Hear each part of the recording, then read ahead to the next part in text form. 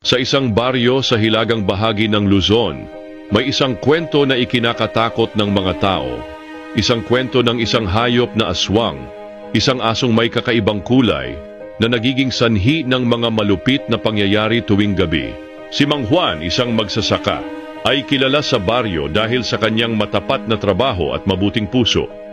Isang gabi, habang pauwi siya mula sa bukirin, napansin niyang may isang asong pulang-pula ang mga mata na nagmamasid sa kanya mula sa dilim ng kagubatan. Hindi niya ito pinansin at ipinagpatuloy ang paglalakad pauwi sa kanyang bahay. Ngunit nang mag-uwi siya ng ilang linggo, nagsimula siyang marinig ang mga kakaibang tunog sa dilim. Ang kanyang mga alaga ay tila naguguluhan at natatakot sa tuwing may dumaan na hindi nila kilala.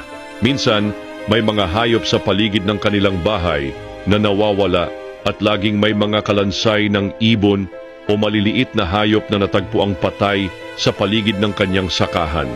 Isang gabi, nang magtangkang maglakad si Mang Juan patungong bukirin, nakita niyang muli ang asong pulang-pula ang mata na nakatambay sa harap ng kanyang bahay.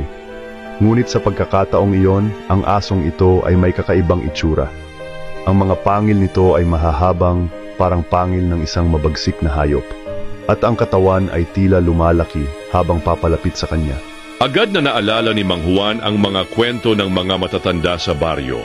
Ang kwento ng aswang na isang asong hindi ordinaryo. Ayon sa mga matatanda, ang asong iyon ay isang aswang na asong tago. Isang nilalang na may kakayahang magbago ng anyo at nagiging aswang tuwing gabi. Ang aswang na ito ay may layuning manghuli ng kaluluwa ng mga tao at ang bawat kagat nito ay magdudulot ng malupit na kapahamakan. Matapos marinig ang mga kwento, ninais ni Mang Juan na mas mapalalim ang kanyang kaalaman at matutunan kung paano maiiwasan ang aswang. Pumunta siya sa isang albularyo upang magpatulong. Ayon sa albularyo, ang tanging paraan upang mapigilan ang aswang na ito ay ang maglatag ng isang ritual ng proteksyon sa paligid ng bahay gamit ang mga bawang, asin at ilang sinaunang dasal. Isang gabi habang nagaganap ang ritual, nakita ni Mang Juan ang asong pulang-pula na naglalakad patungo sa kanyang bahay. Ang mata ay kumikislap sa dilim. Ngunit sa kabila ng lahat ng takot, nagdasal siya ng taimtim at itinapon ang asin sa direksyon ng asong aswang. Biglang nawalan ng lakas ang aswang. At habang ang asin ay tumama sa lupa, nagsimula itong magbago ng anyo.